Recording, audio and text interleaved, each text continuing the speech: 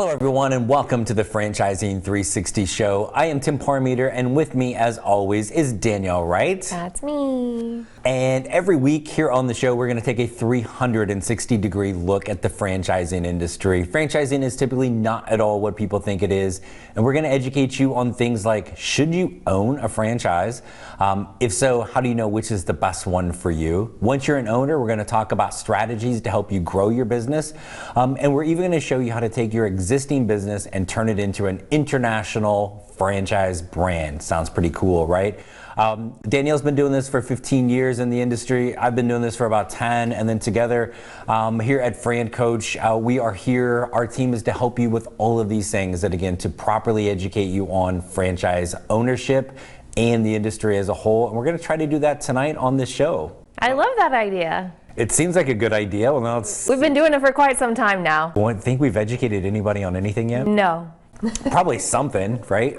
Maybe. Maybe us. No, today in particular, we want to talk about this, like, I'm old, so let's go into the Wayback Machine called like the early 90s and the movie, like, Show Me the Money.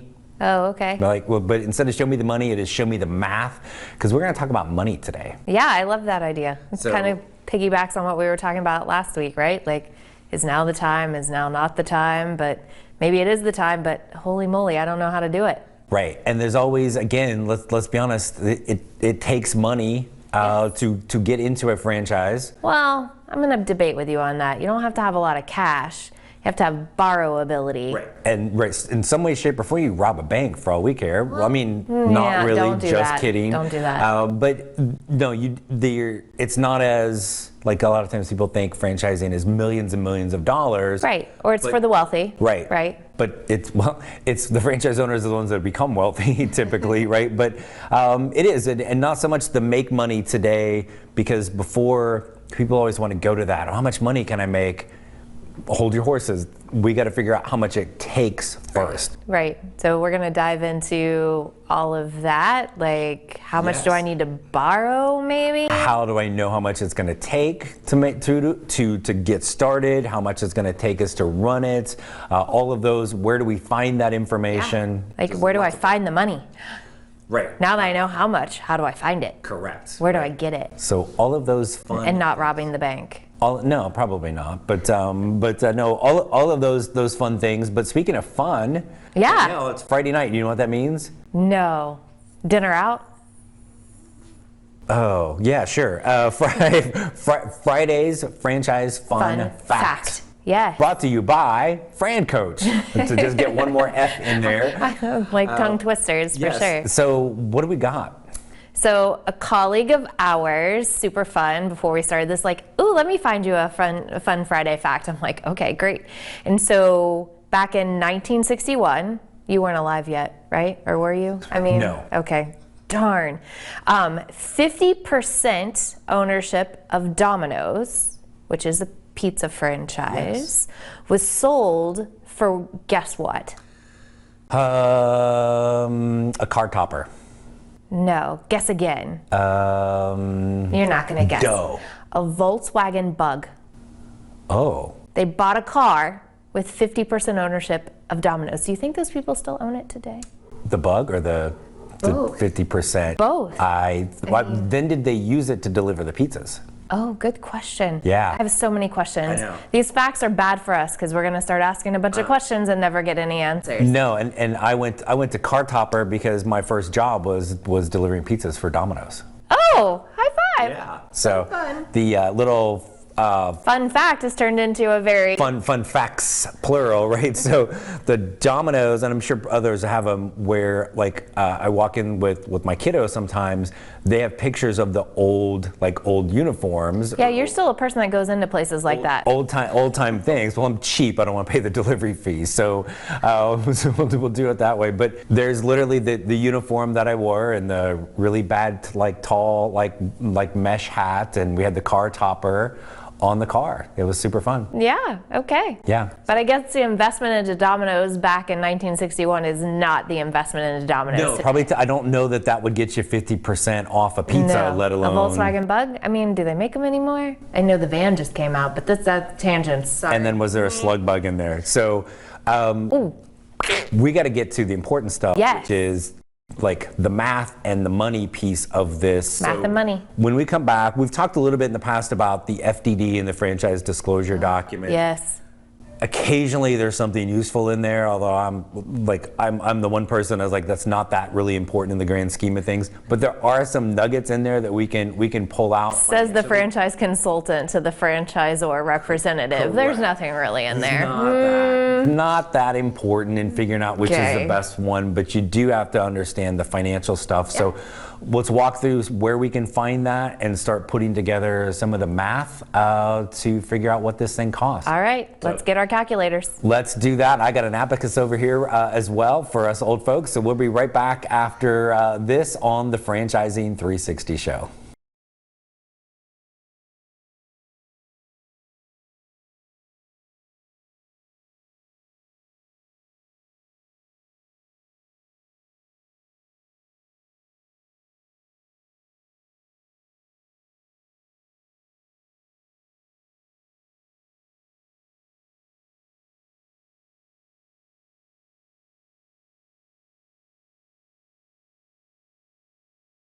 Hey everyone, we're back on the Franchising 360 show. I'm Tim Parmeter, that's Danielle Wright. You have spent the last 2 minutes Googling what the heck an abacus is. So we're gonna get back to figuring out, it's kind of the show me the money. How much do you need? How do you figure this out? And then kind of how we work through the math.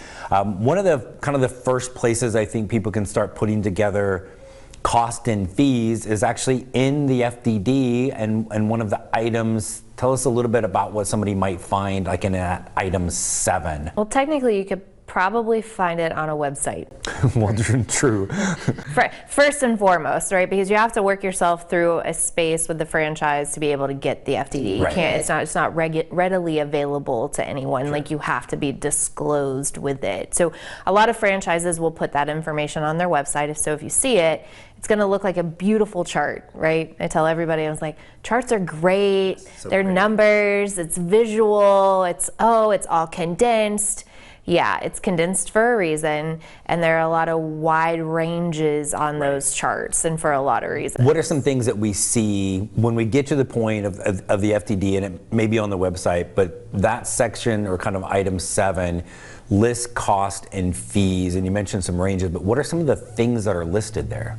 So you'll find the franchise fee. That's your initial buy-in to the franchise. Right. You're going to see professional fees because there are going to be people that, hey, I need a CPA, I need an attorney, not just an attorney for the agreement, a real estate attorney if you have a real estate build out, right. Construction costs, project management costs, marketing expenses. So anything that what we call is the initial investment. This is not your ongoing, this is not anything outside of.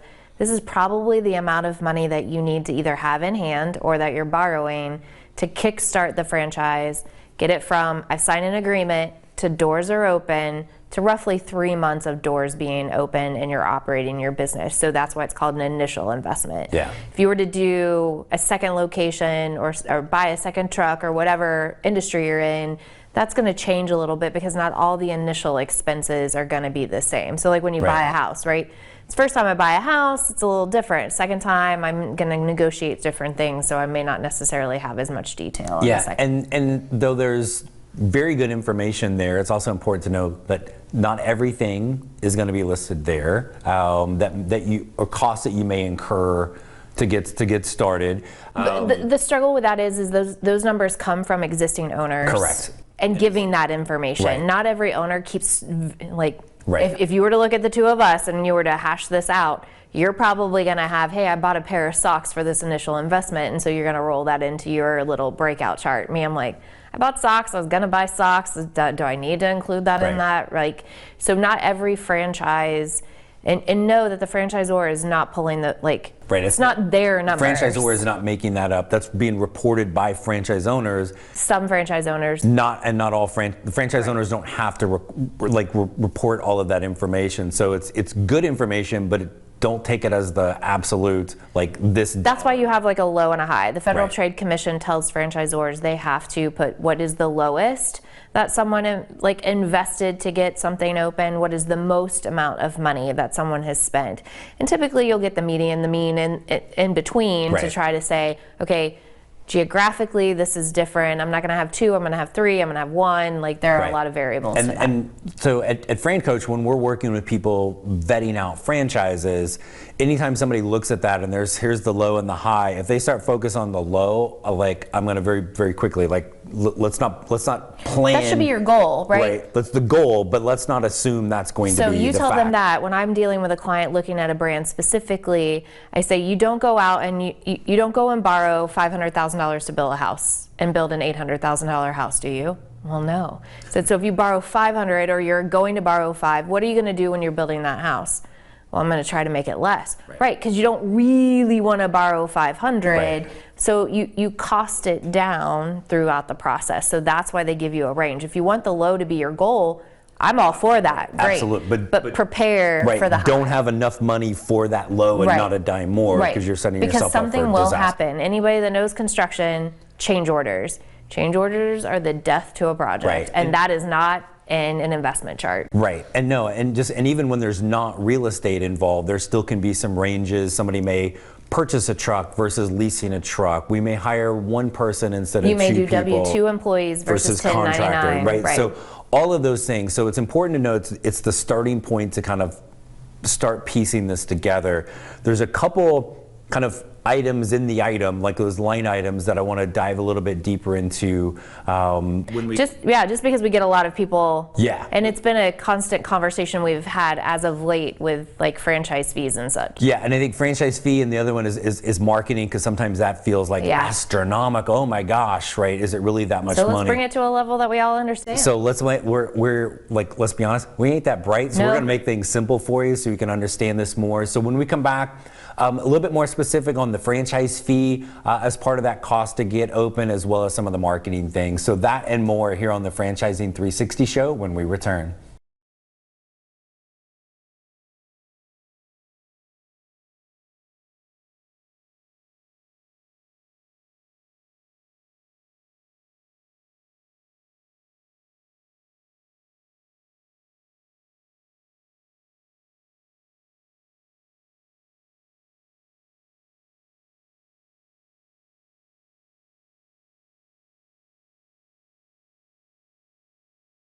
Hey everyone, we're back here on the Franchising 360 show. We are talking about money, and we're going to kind of show you the math as opposed to the money this time. Understanding how to figure out how to find how much money you're going to need to own a franchise and make it successful, where to find that information. We were talking about item 7 in the FDD. Right. Great place to get an initial look at that. Even though you think it's not, but okay. It's a good place to get an initial look. It is not the end-all be-all of that. But one of the things in there is the franchise fees, kind of the first bit of money that is spent. And so, Danielle, you've worked on the franchisor side forever. Clearly, franchisors are trying to stick it to you with the franchise fee. Yes, because that's where we start. Why do I have to pay that money? Tell me about, are you just trying to make money off of me with that as a potential franchise owner? Where's that go? I wish, and those fees are drastically different. We see a lot of times, I think you guys do as well with your clients, hey, $30,000 to get into the franchise. So it's a misconception, because that's just what is the initial franchise fee. And so I'm big about definition of words. Initial means it's the one time, it's paid at the front, and it doesn't just give you access to the business, right? So the reality is franchise fees, like anything, we talked recession, what have you, economies of scale, as brands get bigger, they do what? They add infrastructure, support people. There's a brand that I've worked with that they're at 74 franchise owners now, and they're now just raising their franchise fee.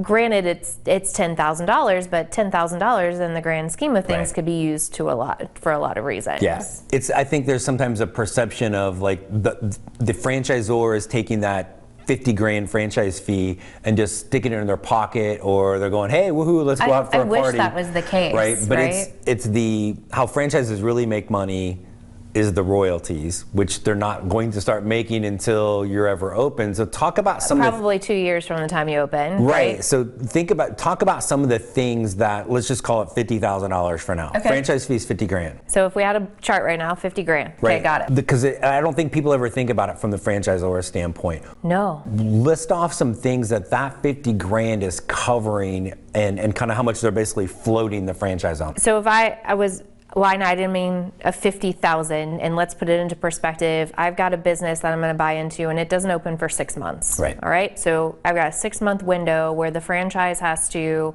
help me create an entity, get the software rolled out that I have to work with. I have to attend training, whether that's a week's worth of training or 2 weeks worth of training. You're getting weekly status calls. You're working with the vendors to get a truck, to find a real estate location. So all of the work that gets you what we call launched, kicked off and launched, has to be supported by someone. Right. So, and really, if you back that up, even before you become a franchise owner, that money is basically that 50,000 is also to help pay whoever you were working with during that process. But however that's they the found piece of you. it, right? Is so, like, if you, Tim, were working for a franchise, you'd probably be making a salary. Right. Let's just hypothetically say $75,000. Right. But if I take 30 minutes a week out of your schedule, that's going to cost me X amount of dollars an hour.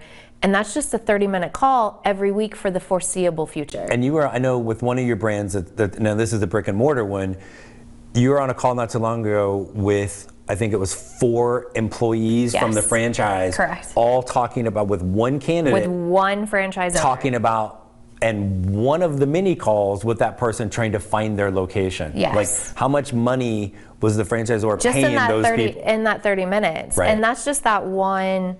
On the other side, they are working through checklists on a software system that isn't even the software system they're using to run the business. This Right. is just your onboarding communication tool. So the franchise uses those dollars for the infrastructure, for the training, for the support, for the initial marketing.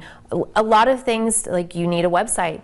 Do you know how much it costs to have a website? And that, right, not to mention, how do you figure out what's on it and all of the stuff. Hosting, but like, just there are that, so many right? details that you and I, as a regular person, would not know that go into Right. the expense of it. Hence the reason why even you're going to start paying. You don't pay royalties to a franchise until you flip on the switch and you collect $1. Correct. You collect $1, all of a sudden the franchisor is collecting. But if you think about the investment that they've made, they're not getting that money back. And even that $1. That return on their investment in you as a franchise owner has Right. not been seen until 2 years after. That $1 they made 7 cents. 7 cents. Right. On average. Right. Like, So, some are higher, some are less, but right. yeah. We need to go to break here for a second, but it's just, I Darn, think and I'm having such a good time. it's a matter of, like, people don't realize that when that franchise fee, how deep in the hole the franchisor is Yeah. on you, and the risk And labor and things have gotten and so- trust that they are right. taking in you as a potential franchise owner, that you're going to follow the Yeah. plan and do all those things. And we talked recession, we haven't even talked inflation. Right. And then real quick before we go to break, when you're thinking about becoming a franchisor, Yes. like, and that's a whole nother episode, Yes. but you're like, oh, I'll sell some franchises and get some money. Oy. Yeah, not so much. We got lots more here on understanding the costs and fees of owning a franchise on the Franchising 360 show right after this.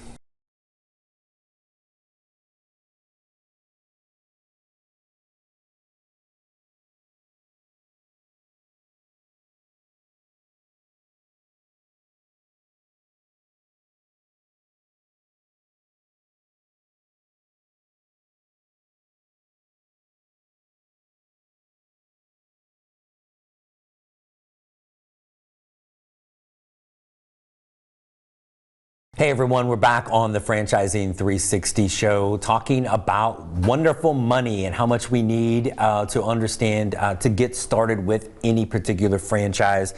We talked about the franchise fee and, like, really how in the hole franchisors are, but it can be kind of a fear-producing thing for people looking at the franchise. Oh, what, I have to pay it, until they really understand it. The other one that will throw people off sometimes, even though it's a really low, minuscule percentage, brand fund. Why am I paying 1%, 2%, whatever into a brand fund? Danielle, what in the heck is that? And how could that possibly help me as a franchise owner? So as we make this transition in the conversation, we were talking initial investment, right? And there's a marketing fee in there, and that's generally your grand opening advertising, right? So when you're doing your research, you're going to go into, okay, what are my ongoing fees? Once I open this business, I create that revenue, you've got your royalty, and you've got this pesky little brand fund. And it can be called a marketing fee, it can be called a lot of different things, but to your point, it's 1% to 2% off of your sales. Okay, so if the royalty is 7%, I gotta add another 2%, that's 9%. So out of that dollar, I gotta give you 9 cents. Are you kidding? Out of that I gotta dollar. give you 9 cents? Really? Right. Jeez. But in the grand scheme, that brand fund fee, or that 2%, goes to continual operation efficiencies from a marketing perspective. Now, we could have hour-long discussions. Correct. No brand is going to tell you where every single dollar goes. They'll tell you where the percentage of that goes. Right. Some of it's administrative costs. But really the thing for people to think about is there's a website that, yes, the brand is paid for and supports, but as a brand grows and as franchise owners, I have to have microsites. Right. You fire someone, I have to take that person off that site. You Right. change your hours of operation, I have to change that on that site. So there's an administrative cost to managing that. And then the brand itself needs to build brand equity. And so part of your dollars are going to continuing to support the growth of this brand in the market, which will hopefully get you more notoriety in an area and build Right. more revenue and all of those things. But people take that 2% and like, oh my gosh, it's a lot of money. Right. But math wizard that you are, if your franchise brought in $500,000 worth of revenue, what's 2% on $500,000? My abacus is over there in the chair. Right. So, but no, it's so minuscule. But I think the other piece of that too, when you think of the brand fund, is during the discovery process when you're looking at a franchise, it's them and it's me as a potential franchise owner. I feel like there's a disconnect. Once people become a franchise owner, the pronoun changes. Right? Yes. It's we, it's us, Yes. it's my Well, brand. and on my side, I always talk about it being a partnership. Yeah. I don't know on No, absolutely. because you and I are different in some capacities. Like, again, the FDD is not an important document. Lies. So it's kind of just understanding how you would educate a candidate looking at a franchise, and I'm going to be over here Right. telling you, like, this is an important piece, and really in the grand scheme, is $1,000 for the year going to hurt going you? towards your brand, And it right? just, if you narrow it down, what I've found recently is that people understand it in very small fashions, because royalties and brand funds are collected either on the weekly or the monthly. Okay, that I could swallow, but like when you look at it on an annual basis, they're like, oh my God, Right. and it's forever, does it decrease? I'm like, it's so insignificant. You should be spending quadruple that in your local market to drive revenue, then it won't really matter to you. Right, and the one thing, because we're going to run out of time, that we didn't touch on Always at running all. out of time. I know. Well, somebody talks a lot, and so we're in franchising. That's what we do. But the marketing and how to budget for that, where all of that goes, that's like literally that's a whole episode. That's just, like 2 just episodes, on that. yeah. And then the other thing is when we start forming all of this information, and you'll hear the term pro forma with all of those things, where some franchises will help you a little bit. We do a little bit. In fact, if you want to learn more just about a pro forma, Franchising 101 podcast, literally episode 214 is all about trying to figure that out. But there's so many things that go into the money piece. There's never just one place No. where it's going to be, oh, it's exactly this amount. It's why this is a long process vetting people out. And Right. why you kind of need experts like, I don't know, FranCoach. Oh, So, okay. One that tells you not to look at an FDD. Okay. look at it properly, folks. And so with an expert, that'll help you with that. So, and then real quick, if you're ready to learn more about becoming a franchise owner, becoming a better, more successful franchise owner once you are one, or you've got a business that you want to become a franchise, FranCoach.net is where you're going to find us and our whole team to be able to help you. If you're an aspiring franchisor, next week we're going to talk about some mistakes and some things to think about at the very beginning. You're going to give me the mic again. I know, right? So, and then don't forget our YouTube channel. There's a little thing here. I'm going to keep moving my finger to see if Jason can keep up with me in there on where that QR code. Find all of our stuff for the episodes, more just stuff galore on YouTube. But until next week, that is Danielle Wright. That's me. I'm Tim Parmeter, and we'll see you next Friday, 8 Eastern, 5 Pacific on Biz TV on the Franchising 360 show.